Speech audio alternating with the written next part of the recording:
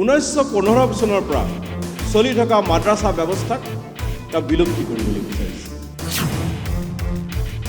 কাৰণ মুছলমান সমাজৰ আপোনালোক সকলোৱে জানে যে মাদ্ৰাছাৰ এক ভূমিকা আছে। ডক্টৰ হিমন্ত বিশ্ব শৰ্মা অসমৰ শিক্ষামন্ত্ৰী। শিক্ষামন্ত্ৰীৰ পৰা সকলোৱে আশা কৰে যে শিক্ষাৰ প্ৰসাৰ হ'ব লাগে, শিক্ষাৰ বিকাশ হ'ব লাগে।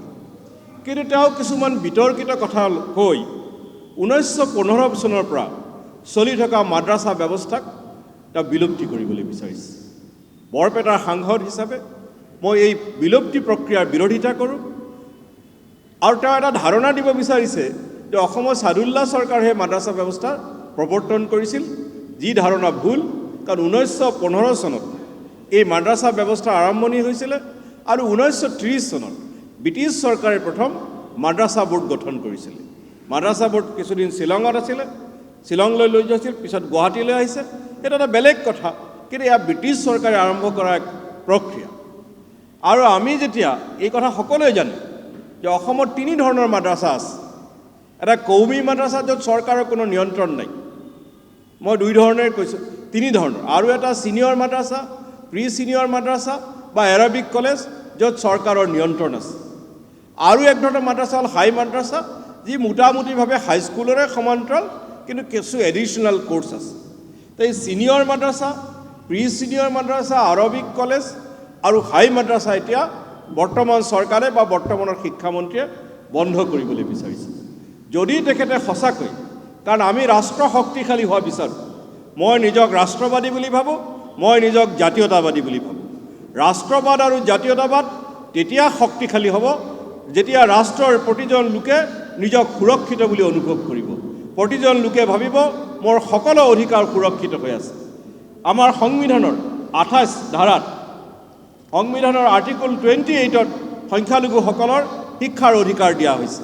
গতিকে এই মাদ্ৰাছা ব্যৱস্থাটো যি ইমান দিনে চলি আছে, সেই ব্যৱস্থাক এতিয়া যদি বিলুপ্তি কৰিব খুজিছে, এই বিলুপ্তিকৰণৰ জৰিয়তে অকল সংখ্যালঘুসকলৰ ভাৱাবেগতে তেখেত আঘাত কৰিছে সেইটো নহয়।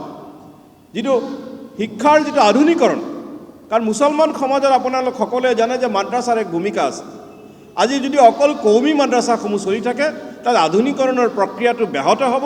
কাৰণ চৰকাৰী মাদ্ৰাছাত চৰকাৰৰ নিয়ন্ত্ৰণৰ যথেষ্ট সুযোগ আছিলে, তাত কম্পিউটাৰ দিব পাৰিলেহেঁতেন, আৰু আধুনিক শিক্ষা দিব পাৰিলেহেঁতেন। সেই কথা নকৰি আধুনিকৰণ প্ৰক্ৰিয়াক আগুৱাই লৈ নগৈ কৌমী মাদ্ৰাছাক হিমন্ত বিশ্ব শৰ্মা ডাঙৰীয়াই উৎসাহিত কৰিব খুজিছে। মই এই প্ৰক্ৰিয়াৰ বিৰোধ, তেওঁৰ যি বিলুপ্তিকৰণৰ প্ৰক্ৰিয়া, তাৰ বিৰোধ কৰোঁ। কাৰণ তেওঁ এবাৰ কৈছে যে তেওঁ শিক্ষাৰ ধৰ্মীয় শিক্ষাৰ বিৰোধী, আকৌ তাৰ বিপৰীতে যেতিয়া চৰকাৰী তেওঁলোকে যেতিয়া কেবিনেটত নোট দিছে, তাত কৈছে যে পুঁজিৰ অভাৱ বা ছাত্ৰ ছাত্ৰীৰ অভাৱ। যদি ছাত্ৰ ছাত্ৰী পৰ্যাপ্ত নহয়, তাৰ কাৰণে শিক্ষামন্ত্ৰীয়ে জগৰীয়া হ'ব। কাৰণ মাদ্ৰাছাবিলাকত বহুদিন ধৰি বহু শিক্ষকৰ পদ খালী হৈ আছে।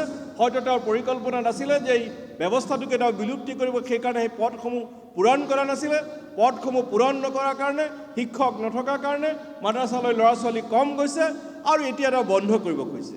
মই ভাবোঁ যে চৰকাৰে, মই এজন সাংসদ হিচাপে বা এজন নাগৰিক হিচাপে মই ভাবোঁ যে চৰকাৰে ক'ব পাৰে যে আমি নতুন মাদ্ৰাছা প্ৰাদেশিকৰণ নকৰোঁ, কিন্তু সমগ্ৰ ব্যৱস্থাটোক বিলুপ্তি কৰাটো চৰকাৰৰ কাৰণে কোনো কাৰণতে ঠিক কথা নহয়। কাৰণ এই মাদ্ৰাছাসমূহ কিন্তু চৰকাৰে স্থাপন কৰা নাছিলে, ৰাইজে স্থাপন কৰিছিলে।